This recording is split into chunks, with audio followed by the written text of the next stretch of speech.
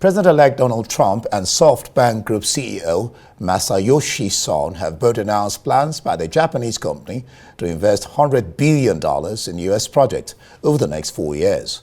Trump announced the planned investments, which are expected to focus on artificial intelligence, that is AI, at his Mar-a-Lago resort, with Son at his side, along with Howard Lutnick, head of investment bank Cantor Fitzgerald, and Trump's peak for Commerce Secretary. The announcement is a win for Trump, who has used the week since the election to promote his policies, negotiate with foreign leaders, and try to strike deals.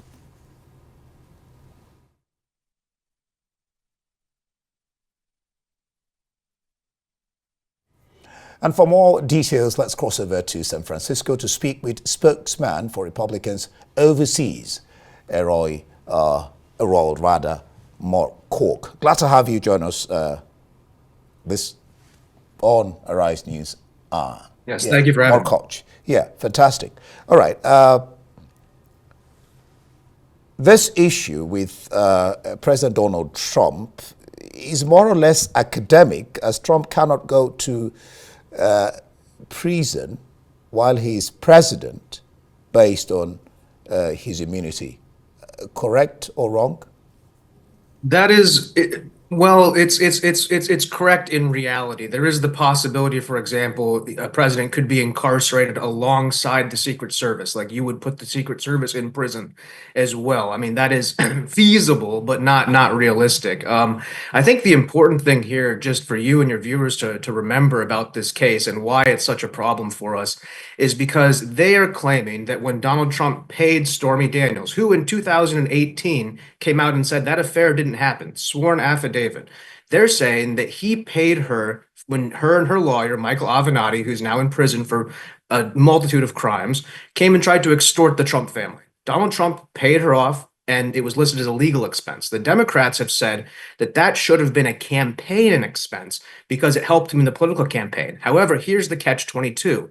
If they had used campaign money, that would have been a campaign finance violation. That would have been an actual felony.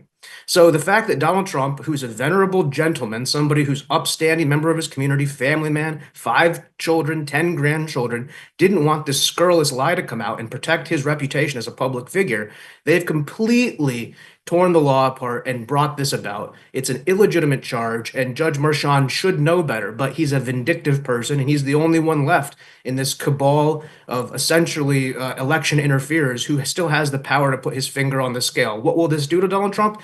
Nothing. He's going to appeal. He's going to win. He's not going to be incarcerated. But unlike Jack Smith and some of the others who realized, hey, we should stop this witch hunt, Judge Merchan, duplicitous individual, has continued this, and it's not going to be to his betterment. And Donald Trump is now friends with Eric Adams, the mayor of New York, and New York is changing. So I think it's going to work in Donald Trump's favor. I would say it's sad to see. We have finished the election. There's no need to continue this witch hunt, and honestly, it's not going to work for them. So it's a very bad look for everybody, and it's a bad look for the United States of America when we need to be bringing ourselves together right now.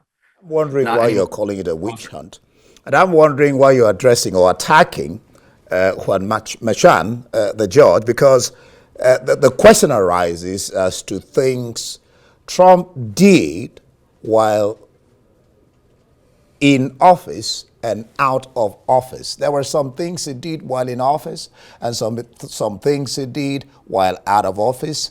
That's where the snag is, Errol.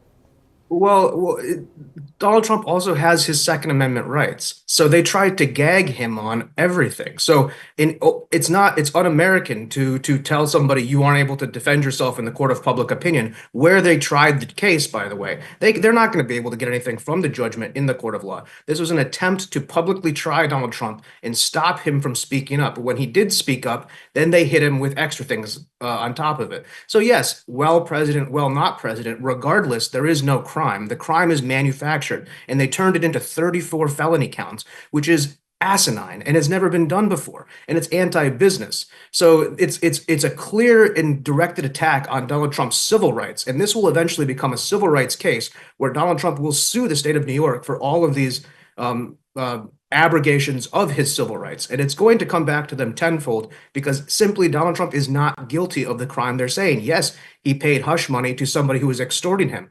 No, that hush money was not paid by campaign funds, which would have been a crime. And yes, we feel confident that it was above board. It's a legal expense. We wrote it down as a legal expense. Democrats have done the same thing. Hillary Clinton has paid people off.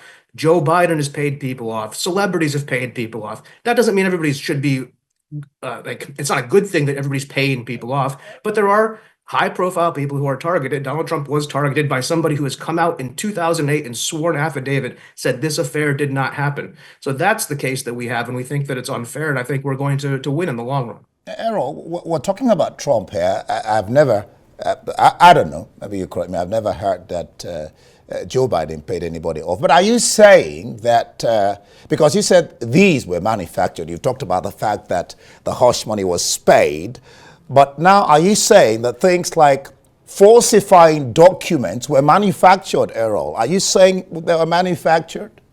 Are you referring to the fact that he wrote down legal expense as manufacturing? I mean, it is manufactured because it was a legal expense. They manufactured every single one of these crimes in a direct attack on a presidential candidate. The election interference was actually all of the trials that have occurred. They've found Donald Trump guilty on effectively nothing, and all they can do is take him to civil court and find these trumped up judgments, no pun intended, that will eventually be overturned. Donald Trump has been the most scrutinized individual in modern American history, and they've come away with a nothing burger on him, and now they're trying to make this crazy thing stick. It's all manufactured. Our voters aren't going to stand for it. The majority of the American people agree with what I'm saying.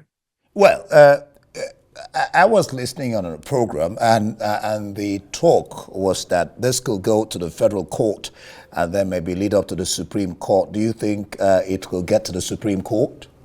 I don't think it will get to the Supreme Court just because there's so many jurisdictions between now and then. The only way it can happen, and this has been talked about, is other states, other state attorney generals. Say the Attorney General of Texas, Ken Paxton, great gentleman. He could sue the United States government, or he could sue the state of New York effectively, accusing them of allowing election interference.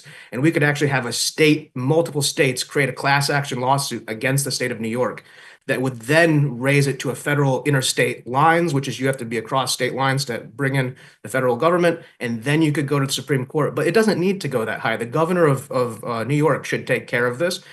She should do what's right, and she should do what's right by the country. And a complete pardon in this situation for a completely manufactured crime is, I think, the only thing logical. And it's, again, for the best interest of the country. You're not going to defeat Donald Trump with this charge. You're just further inflaming people who feel that it's been an unfair ride. And we'd like to get back to normalcy, and this is not that. Well, some of his lawyers, that's Trump's lawyers, are among his speak in his cabinet. So one wonders how all this is really going to go. Looks like Trump has quite an advantage going forward. Errol. Yeah, I think he does have quite a bit of an advantage in this case, as well as the fact that almost all the other cases have been wiped out, and you're seeing a turning of the tide of the, at least as we're speaking about New York here, the New York political machine has perhaps realized they've gone too far. So I do think the ball is in their court. Donald Trump has all the advantage. It's 40-love championship point, and this is a very last-second, last-ditch effort for them to try to prolong the inevitable. All right, thank you so much, Errol Morkoc, for being on the program with me. Thank you for your time.